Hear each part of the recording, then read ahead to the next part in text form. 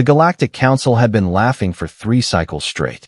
Not the polite, dignified chuckling you might expect from the ruling body of 17 civilized species. No, this was full-on, tentacles slapping the table, mandibles clicking hysterics. The kind of laughter that echoed through the crystalline halls of Station Omega 7 and made the maintenance drones pause in confusion. And what, you might ask, had triggered this unprecedented display of mirth? Humans. Or rather, the very idea of them. Commander Vex stood at the center of the chamber, his 4 eyes twitching with barely contained irritation. The holographic display behind him showed grainy surveillance footage from the Outer Rim, sectors so remote that most species had forgotten they existed. But Vex hadn't forgotten, because Vex had seen something out there that made his blood run cold. "Order," he barked, slamming his primary manipulator against the podium. The sound echoed, but the laughter continued. High Chancellor Mira, a floating blob of sentient gas contained within an environmental suit, finally managed to compose herself. "Forgive me, Commander, but surely you cannot be serious. Humans? Those are children's tales. Stories we tell our spawn to keep them from wandering too far into unknown space." "Bedtime myths," added Counselor Throck, a massive crustacean whose shell gleamed under the station's artificial lighting. "Next you will tell us the void serpents are real, or that the lost fleet of Andaris still sails the cosmos." Vex felt his secondary heart begin to pound. "I have evidence. Evidence of shadows and sensor ghosts," Mira replied, her voice carrying that infuriating tone of patient condescension. "The Outer Rim is full of anomalies. Solar flares, gravitational distortions, rogue asteroids, the occasional pirate vessel trying to avoid taxes. This was no anomaly." Vex's claws dug into the podium. "My scouts detected 73 distinct energy signatures. Ship-sized signatures, moving in perfect formation through the Kepler Expanse. That, at least, got their attention." The laughter died down to nervous chittering. Counselor Yara, whose species resembled ambulatory ferns, leaned forward. "The Kepler Expanse is a dead zone. Nothing survives the radiation storms there. We lost an entire survey fleet in that region 400 cycles ago." "Exactly." Vex expanded the holographic display, showing a region of space that glowed an ominous crimson. "Nothing we know of can survive there. But these signatures did more than survive. They thrived. They moved through those storms like they were nothing more than a mild breeze." "Sensor malfunction," Throck suggested, but his voice lacked conviction. "I sent 3 different scout ships.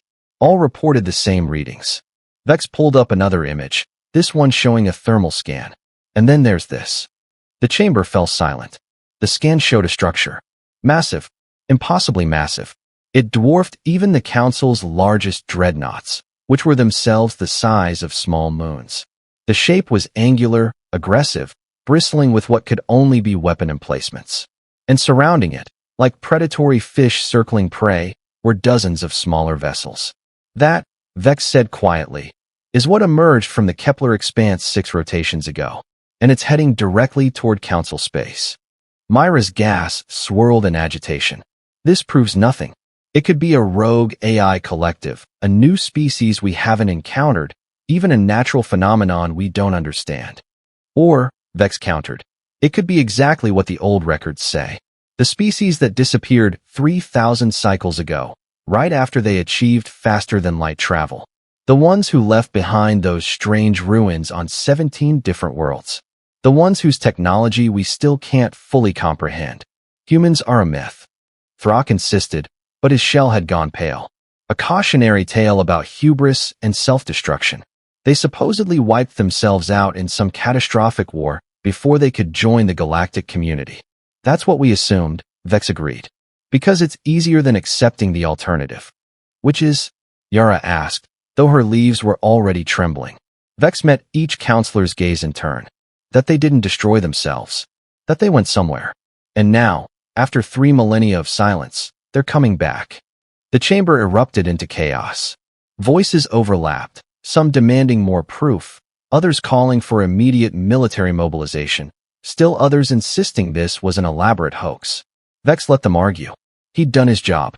He'd delivered the warning. What the Council chose to do with it was their problem.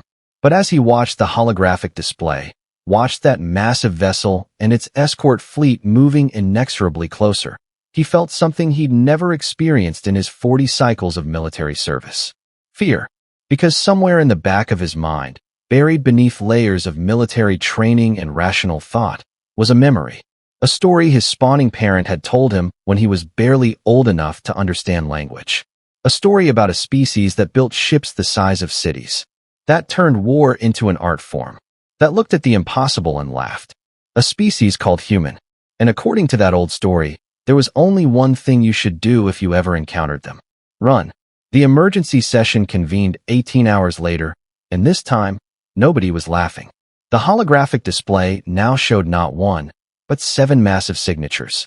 The fleet had grown, or perhaps, more accurately, it had simply revealed itself. Like a predator stepping out of camouflage, confident enough to be seen. Admiral Crane, head of Council Defense Forces, stood beside Vex. His species didn't have facial expressions exactly, but the way his optical stalks drooped told everyone he wasn't bringing good news. "We sent the Vigilant to investigate," Crane began, his voice carrying the weight of exhaustion. "Standard first contact protocol. Multilingual hails on all frequencies, peaceful intentions. The whole procedure we've used successfully for 600 cycles."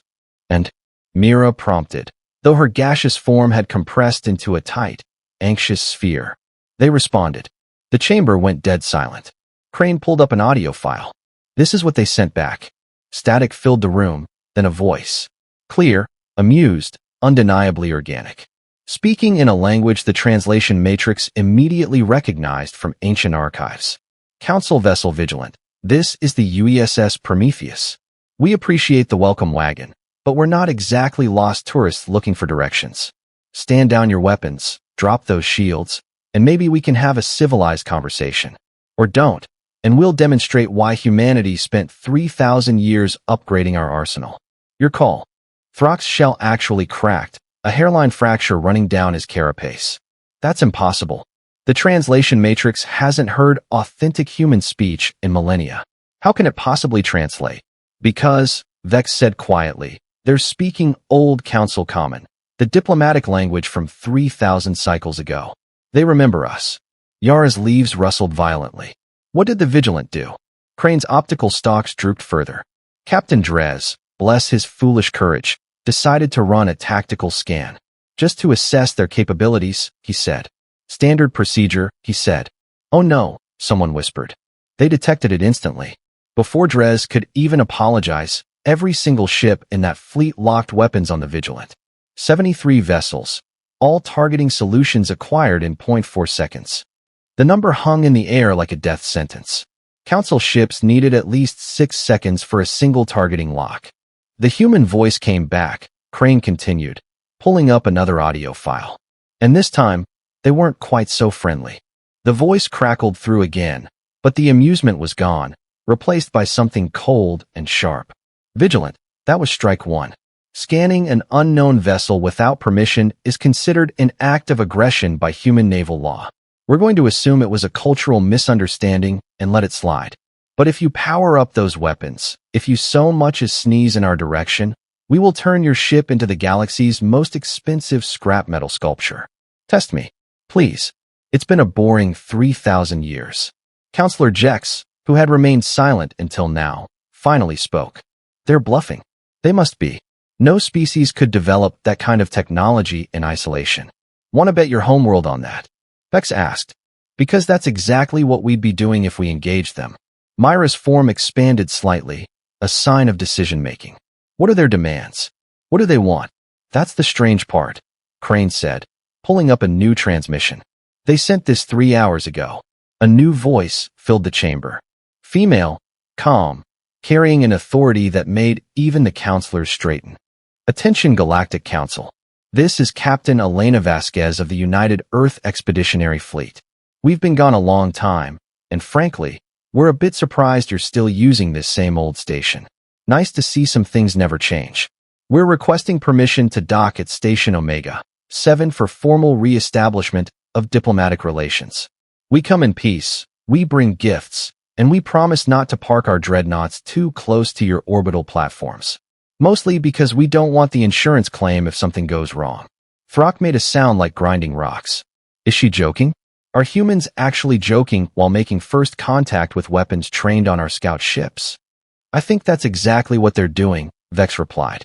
And I think that should terrify us more than anything else. Yara's trembling had intensified. Why? Why would they come back now? What do they want from us? Crane pulled up one final image, and every counselor in the chamber felt their respective organs seize with primal fear. It was a ship, not one of the 73 escorts, but something else entirely. Something that had been hiding in the sensor shadow of the Kepler Expanse's radiation storms. The image was grainy, distorted, but the scale was unmistakable. The vessel was larger than Station Omega 7 itself, larger than some moons. Its hull bristled with weapon systems that made Council dreadnoughts look like children's toys. And along its side, in letters 500 meters tall, was a name. USS Retribution. They sent us a message about that one too, Crane said, his voice barely a whisper. Just 3 words. He played the final audio file. That same amused human voice, male this time, dripping with sarcasm. We brought friends. Vex looked around the chamber at the panicking counselors, at the species who had ruled the galaxy unchallenged for 3,000 cycles, at the leaders who had convinced themselves that humans were nothing but myths and legends. And despite everything, despite the fear, the uncertainty, and the very real possibility that they were all about to become footnotes in someone else's history, he started to laugh. Because somewhere out there, beyond the station's shields and sensors, humanity had just proven something that every myth, every legend, every cautionary tale had tried to warn them about. You don't survive 3,000 years of self-imposed exile by being weak. You survive by becoming something the galaxy should fear. The vote to grant docking permission passed unanimously. Nobody wanted to find out what Plan B looked like. If this story entertained or taught you something, please like and subscribe to our channel. It really helps us grow and bring you more stories like this. Thanks for watching, and see you in the next story.